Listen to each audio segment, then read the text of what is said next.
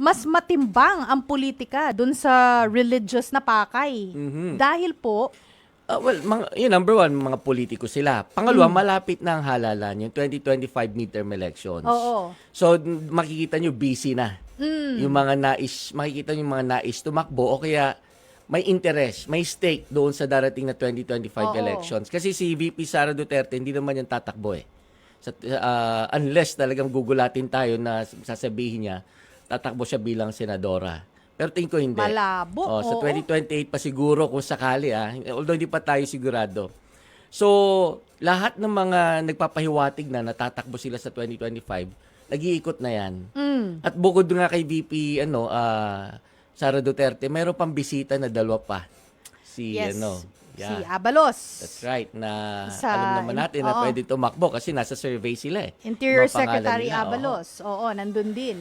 Oo.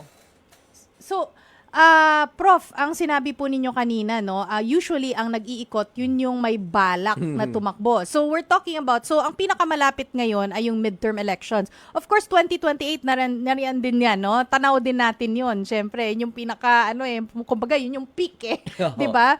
Yun. Pero, ang may pakay, ang may motibo, ang usually umiikot.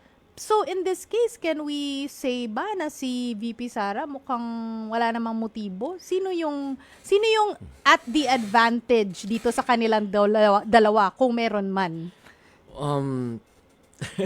Mahirap na tanong yan. Ano? Oh, sige. Pero kung pag-uusapan natin ay motibo, maaring hindi election. Kumbaga man yung immediate na reason ay hindi election. Okay. Oo.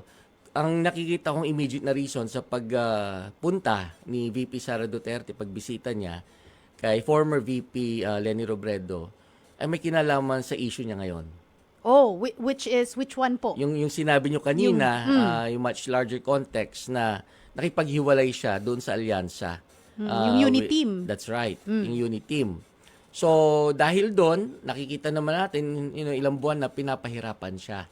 Lalo na sa budget hearing, doon sa hearing tungkol sa confidential fund, intelligence fund. Ito yung punot dulo no? Yung Tama kayo confidential dyan. fund. Oo. Lalo pat may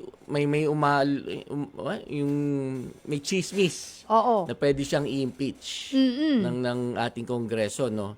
So, kumbaga man, she is in a difficult situation.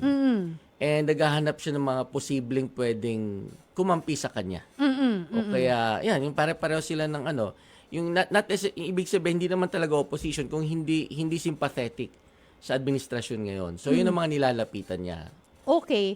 So, yung hindi mga sympathetic, so yung hindi mga kakampi po sa administrasyong Marcos, ayun yung mga nilalapitan niya. So, parang for a possible, parang magiging soft ang puso man Oo, lang, di ba? tama. Kahit hindi ka alyansa, siguro,